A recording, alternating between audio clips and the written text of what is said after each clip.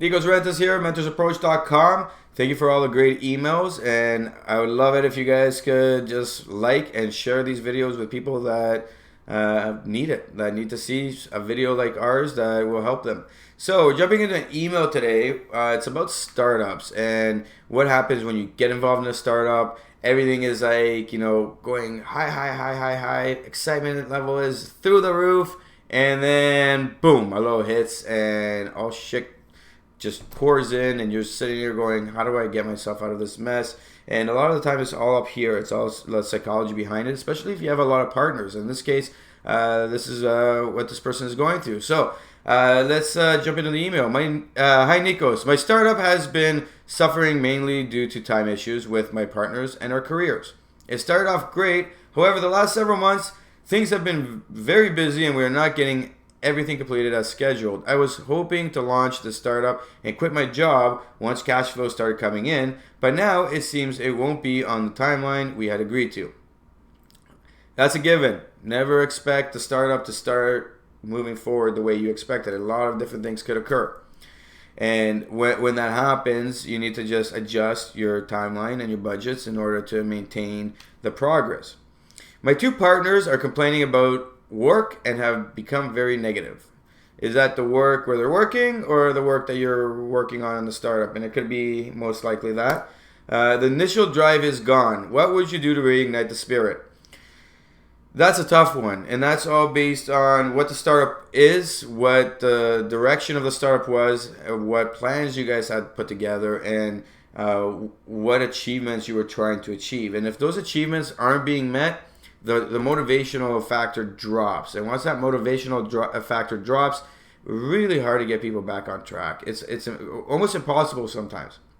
Even if you get some coaches in there, even if you get consultants in there, even if whatever. But, however, however, if you can bring in and introduce a motivational factor that your partners both need to see, i.e. money, landing clients, or a cash flow incentive that comes in because it seems like you guys don't have any cash flow yet, things will change. Then all of a sudden they're going to see that opportunity coming back. And once that opportunity comes back, things change. That's how spirit is really changed. You've been working for a while and then all of a sudden it stops because you thought you'd land a client. What ignites that next step? Landing another client. I've read books where it is normal to see lows. However, when do you make the decision to call it quits with them and end the partnership? That is a personal, this is a priority question.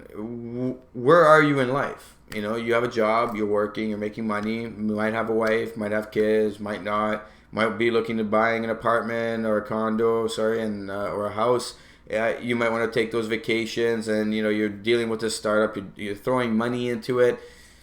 When do you call that quits? I have these structured timelines, and those timelines are based on when I believe I can get clients and at what point I can wait to get clients, how much money I've thrown into it and invested into it, and what opportunity do I think will come out of what I'm doing.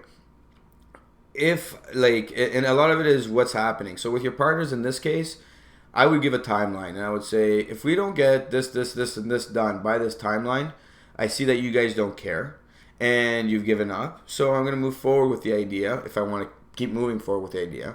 And on the other side, if I just want to give up and start a new idea, same thing. I would give them that timeline. I would say, hey, I'm done. You guys can go and do whatever you want with this. But right now, I just don't see why I'm spending my time.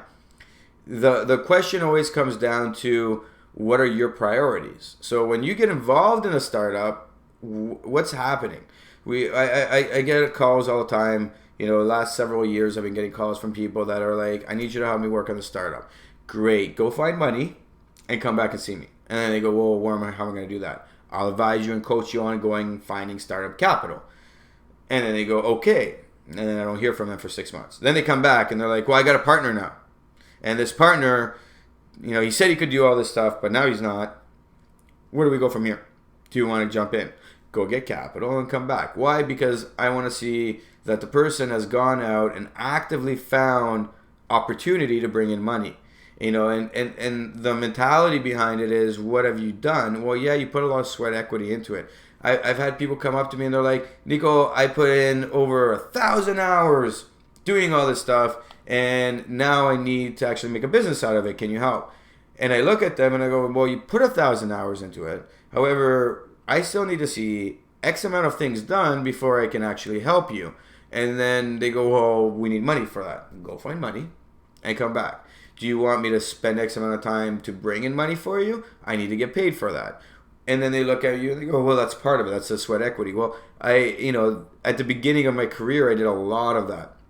A lot of the startups that I started working with, and I ended up seeing that the pattern was more of a declining failure than an increasing success rate, just because there wasn't that incentive of cash flow coming in for that person. So I would put in the work, and then it was their idea, and they just kept on seeing this failure in the idea until I managed to bring in money for them. And when I brought in money, then it skyrocketed. And then when they saw no clients coming in, it went back down. And that's the road to failure. It's when you can't get back up, right? But startups always go in this manner. And I mean, yeah, some startups skyrocket and they make a lot of money, but the average startup is a struggle. And you need to be able to bring in that investor or that investment into the equation. When I really see an opportunity to invest my money into something, it's got to be a really good opportunity. And that's where I see, okay, I'm going to even put time into this and grow it. But most of the time, I look at it and I say, this is my timeline. On that timeline, if these things aren't done, I'm out. Why? I have other startups I could jump on, other ideas, a vacation I've been wanting to take. There's all these different things I could be doing, and instead I'm hoping, and it's on the potential of the other person. It's kind of like falling in love with somebody based on their potential.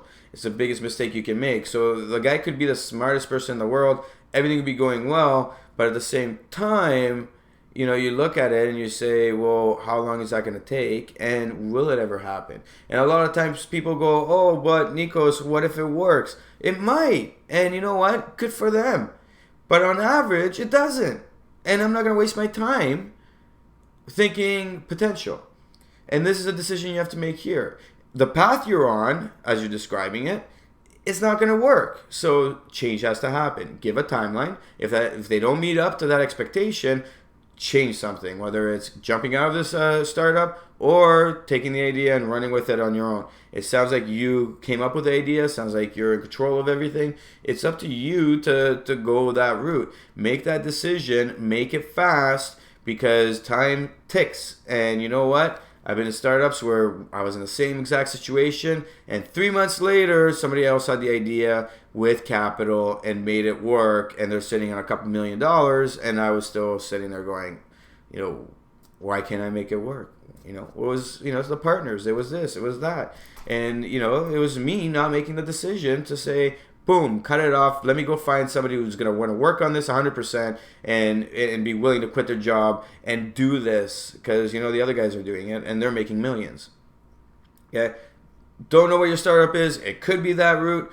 Look at it from that perspective and watch how your mood changes and the light reignites in you, because it sounds like your light isn't ignited. If you want more specifics on your startup and what's happening in your scenario, please get on the mentorsapproach.com, book an appointment with me, and once you schedule in, we can have a full hour undivided attention on the specifics of your situation. And that goes out for everybody on any issues that you're having. We're here to help, and I'm here for that coach call. So my name is Nikos Rentas, mentorsapproach.com. Thank you.